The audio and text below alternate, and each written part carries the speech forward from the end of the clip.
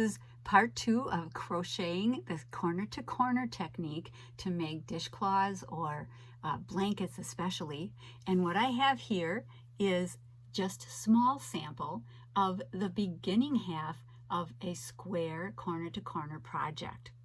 Now, what the point of this particular video tutorial is about is to show you now that this was what the size was that you wanted. For a blanket, it would be a lot more rows, but let's say we got to the point where you wanted to be, this was as large as you wanted it to get.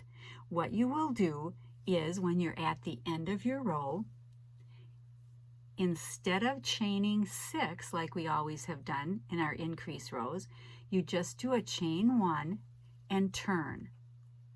And now what you'd like to do is to go into under both of the stitches, under the V, and just do a slip stitch in 1, 2, 3 of those double crochets, and then go do a slip stitch into the space where you had your last one.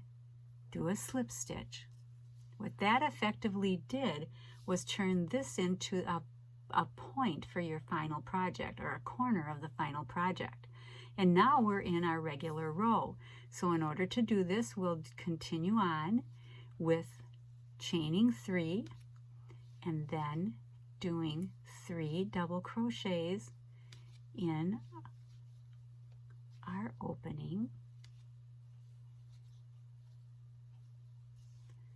Okay, and then we go find our next square of the previous row, do a slip stitch into that large space, pull it through just like we were doing before, 3 chains, and now 3 double crochets.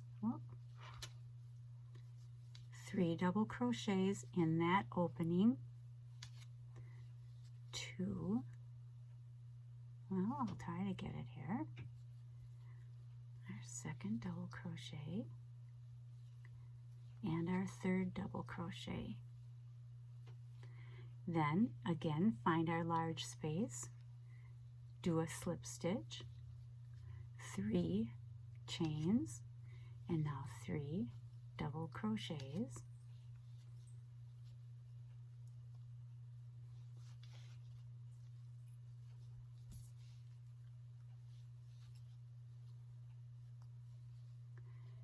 And find our large opening again, slip stitch, 3 chains, 3 double crochets,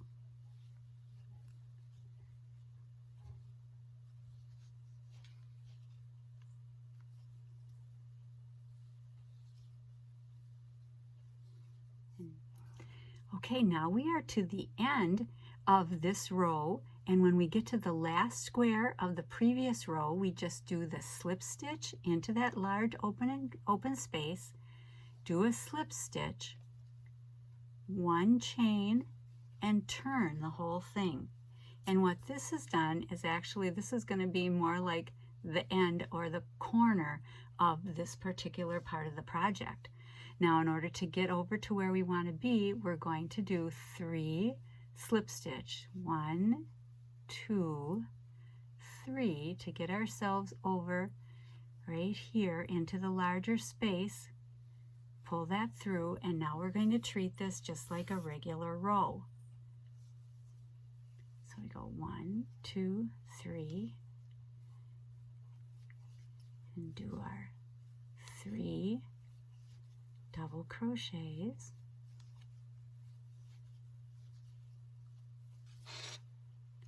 Okay, and then go into our large space of the next square, pull through a slip stitch, 1, 2, 3,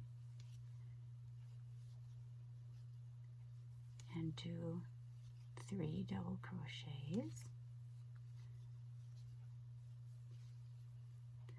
Then the next square into the large space, do a slip stitch, 3 chains, 3 double crochets,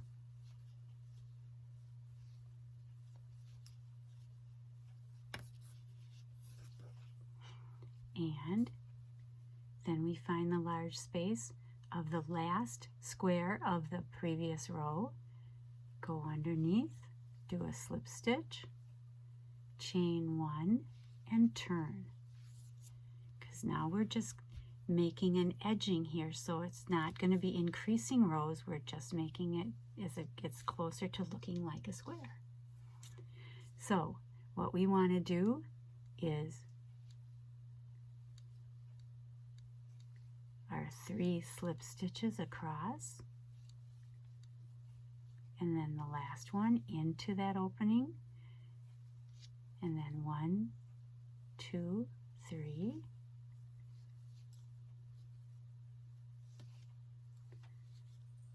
second double crochet, third double crochet into the large space at the end of the next square from the previous row, 1, 2, 3 chains, and then 3 double crochets in that same opening. Get some more yarn here. Third double crochet, and then into the last square, slip stitch, chain 1, and then turn.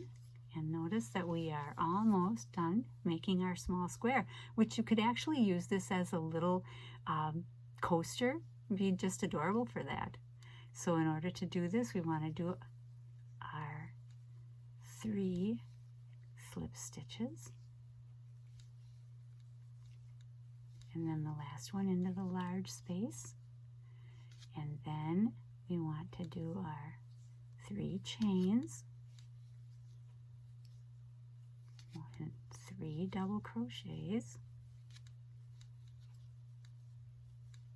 and then find it from the previous row our large space, do our slip stitch, and you'll notice we do 1 more chain, and there we are, we have our square.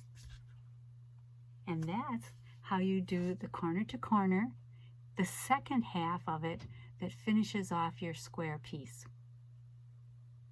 So try that out. I think you'll enjoy it. Making this size with 1, 2, 3, 4, 5, 6, 7, 8, 9 rows makes a really nice size coaster, but you can make it larger for dishcloths. You can make it much larger for blankets.